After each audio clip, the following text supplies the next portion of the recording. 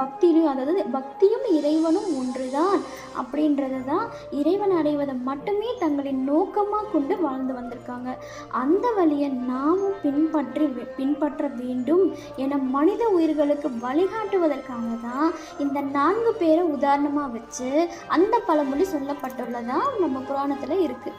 I hope இது உங்களுக்கு புரிஞ்சிருக்குன்னு நான் நினைக்கிறேன். தமிழோட ஒரு வரிக்கு இவ்வளோ மீனிங் இருக்குது அப்படின்னா நம்மளோட மொத்த ஹிஸ்ட்ரியும் திருப்பி பார்த்தா கண்டிப்பாக அளவே இல்லைங்க, முற்றுப்புள்ளியே வைக்க முடியாதுன்னு தான் நான் சொல்லுவேன்.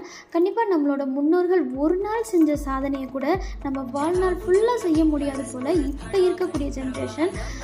ஸோ இதை எல்லாமே நம்ம மாற்றி அமைக்கணும்னா நம்ம தமிழர்கள் நம்மளோட தமிழை வளர்க்கணும். கண்டிப்பாக வளர்த்தோம் அப்படின்னா மட்டும்தான் நம்மளோட பாரம்பரியமும் உலகத்திற்கு ஒரு உதாரணமாக இருக்கும்னு நான் நினைக்கிறேன். ஸோ இதை பற்றி இந்த வீடியோ உங்களுக்கு எவ்வளோ யூஸ்ஃபுல்லாக இருந்ததுன்றதை நீங்கள் மறக்காமல் கமெண்ட்டில்